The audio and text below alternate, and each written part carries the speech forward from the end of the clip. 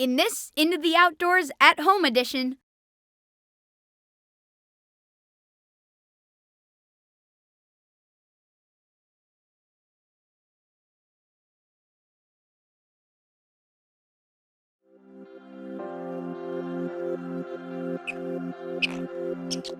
Fellow Mortals has worked with over 150 different species. So, wildlife rehabilitators have to receive extensive on-the-job training from other rehabilitators because each species is so different. Wildlife rehabilitators not only provide medical care, but they also have to stick to specific feeding schedules for up to weeks at a time.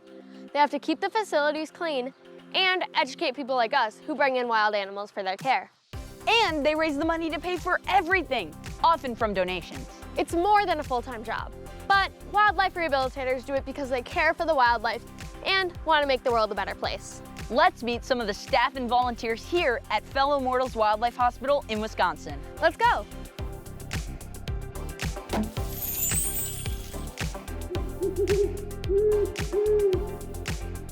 I'm Yvonne Wallace-Blaine, and I co-founded Fellow Mortals Wildlife Hospital with my husband, Steve Blaine, in 1985. I was mowing a lawn and ran over a nest and was horrified. I picked them up, I ran into the house, I called Steve, who was at work, and he said, we're not going to let them die, we're going to help them, and so that's what we did. Why did one nest of rabbits end up becoming an organization that now cares for 2,000 animals a year? There was a need. In 1992, we were taking in 600 animals at a time, and I didn't know how I was going to continue to care for all those animals, and the idea of having an intern came up. One thing led to another. The internship program has grown. We've had over 100 young professionals come through our program at this point. And now we have a framework for people to become licensed that involves training, education, and testing to make sure that the people who are taking care of wildlife know what they're doing. We have multiple licenses. There's a license for small mammals. There's a license where you can work with birds. There's a license if you're working with endangered, threatened species. There's a license if you're educating, if you're fostering, and there's a license if you're keeping pieces and parts like feathers and nests for education. I would encourage you to find out who your local wildlife rehabilitator is. If you have a wildlife hospital in the area, a wildlife center, that is where you start. But most importantly, anyone who wants to be a rehabilitator has to have a sponsoring advanced wildlife rehabilitator. You can't come into this field without somebody who is willing to put their name on the line for you when it comes time for your license, because we are responsible legally and otherwise for the people who are being brought up into this program. And that's the way it should be, because if we don't feel good about a person that we've trained when it comes time for them to get a license, then that shouldn't happen. Wildlife rehabilitation is a calling of the heart. This time of year in the summer months, we're working 70 to 80 hours a week. Baby mammals nurse if they are with their mothers, and that doesn't happen on a 9-to-5 schedule. Baby birds have to be fed every 15 to 20 minutes from sunup to sundown, and so that has to happen. And then on top of that, we have all the cleaning that goes along with the feeding. Cleaning is a lot of what we do. It doesn't matter how advanced you are in the field. Wildlife rehabilitators, the best of us, care about every single life.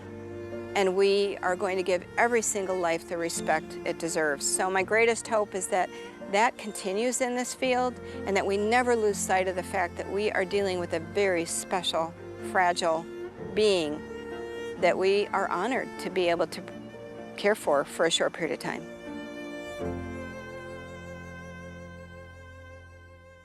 I am Dr. Amanda Felch, and I am a licensed wildlife rehabilitator who happens to be a veterinarian. I volunteered here the first summer when they bought this property, and once I came here, the idea of working with wildlife and animals just, it tugged at my heart in ways I can't explain. The difference between a wildlife rehabilitator and a veterinarian, I'd start by saying they're very different professions who happen to have an intersection at the point of medical care for injured wildlife. Most people already know what a veterinarian is, but they don't really understand what a wildlife rehabilitator is.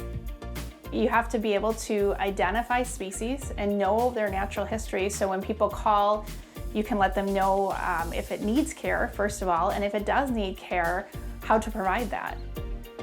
You have to understand their nutrition from babies through juvenile through adult. You have to understand what they need to survive in the wild. So that's teaching them how to find food, how to find shelter, how to recognize others of their species. When you come into care and you might be a single bird by yourself, you need to learn that I'm a robin and I need to identify with other robins. Knowing behavior and being a detective, and every animal's different, and a wildlife rehabilitator has to pay attention to each animal individually throughout its time in care so that we can get them ready mentally and physically to be released. Most of these animals have been negatively impacted by humans or the environment as we've changed it, and being able to, in some small way, correct that means a lot. I'm delighted I learned about fellow mortals because it gives me a chance to put my love of animals to, practical use. It's actually helping the people here. But there's a lot more to running a hospital than just feeding the baby animals. They need to do fundraising. They need to have people deal with the phones. Sometimes they need to transport animals. If the rehabilitators have to do all those additional things, they can't devote all their energies to giving the care they need to give. So those of us that volunteer can take on those tasks that go to keeping the whole place running, and it frees them up to be able to do what they do best, which is care for the animals. The rehabilitators I've met, they put in long hours, they don't make a lot of money, and their satisfaction comes from giving the best care possible to each animal that comes through their hands. So my main role here is to perform surgery, usually on broken bones. Wildlife is different than domesticated animals in a number of ways. First of all, wild animals do not want to be in captivity. They're in a place they don't understand, they're around people that they're afraid of, and they are under a lot of stress when they come in. Because of that, we have to be very careful with how we deal with them. So we try to keep it as calm and quiet as possible while they're here. The one nice thing is wild animals tend to heal a lot faster. They have a huge drive to survive and to get better and to get out of here. And so if we just give them the opportunity to heal, they oftentimes will, and we can usually, the goal is to then release them back out into their environment. Wow, you and your staff have really dedicated your entire life to helping wildlife. What can we as kids do to help? Be the person who makes a difference, and remember that every life matters. Thank you so much for your time today and for taking care of the bird we found. We hope it recovers and can return to the wild.